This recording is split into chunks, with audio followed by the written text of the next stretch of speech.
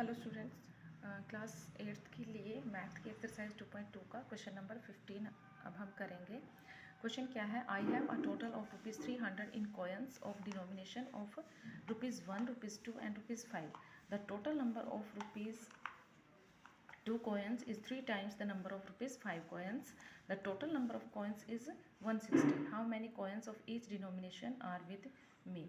Question क्या कह रहा है आपको कि आपके पास जो है 300 रुपीज़ के कॉइन्स हैं, जिसके अंदर 1 रुपये के सिक्के भी हैं, 2 रुपये के सिक्के भी हैं और 5 रुपये के सिक्के भी हैं।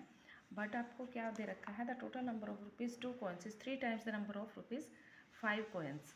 कि जो 2 रुपये के सिक्के हैं वो 5 रुपये के सिक्कों से 3 गुना ज़्यादा हैं। ठीक है, जो 2 रुपये के सिक्के हैं वो 5 रुपये के सिक्कों से 3 गुना ज़्यादा है। और जो टोटल वैल्यू है कॉइन्स की, टोटल नंबर ऑफ कॉइन्स, और वैल्यू नहीं, संख्या, सिक्कों की संख्या टोटल कितनी है? 160। तो आपको बताना है कि how many coins of each denomination are with me. एक सिक्के की जो मतलब 1 रुपये के, 2 रुपये के, 5 रुपये के सिक्के हैं, उन सब के वैल्यू क्या है, संख्या क्या है आपके पास। 1 रुपये के कितने सिक्के हैं, 2 रुपये के कितने सिक्के हैं और 5 रुपीज़ के कितने सिक्के हैं, ये आपको बताना है। तो सेम जैसे हमने 14th क्वेश्चन किया था, number of ₹5 coins x ₹2 coins, उसने जो 2 रुपये के सिक्के हैं वो 5 रुपये के सिक्कों से 3 गुना ज़्यादा है, इसलिए हमने जो 5 रुपये के सिक्के थे एक्स, उसको 3 से मल्टीप्लाई कर दिया। क्यों? क्योंकि जो 2 रुपये के सिक्के हैं वो इससे 3 गुना ज़्यादा है। बाकी बचे 1 रुपीज़ के कॉइन्स। तो 1 रुपीज़ के कॉइन, टोटल सिक्कों की संख्या आपके पास कितनी थी? 160। तो 160 में से आप 5 रुपये के सिक्कों की संख्या को माइनस कर दो और 2 रुपये के सिक्कों की संख्या को माइनस कर दो, तो आपके पास कितने बचेंगे? 1 रुपये के सिक्के बच जाएंगे।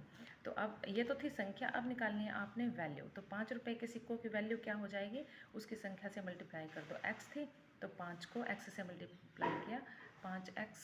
2 रुपये के सिक्कों की संख्या 2 मल्टीप्लाई 3x, 3 2 जा 6x, और 1 रुपये के सिक्कों की संख्या, ये जो संख्या वैल्यू आई थी आपके पास 160 माइनस 4x, इसको 1 से मल्टीप्लाई कर दो। टोटल अमाउंट आपके पास कितना था? ₹300। तो तीनों की संख्या का प्लस कर दो। 5x, 6x plus 160 minus 4x is equal to 300।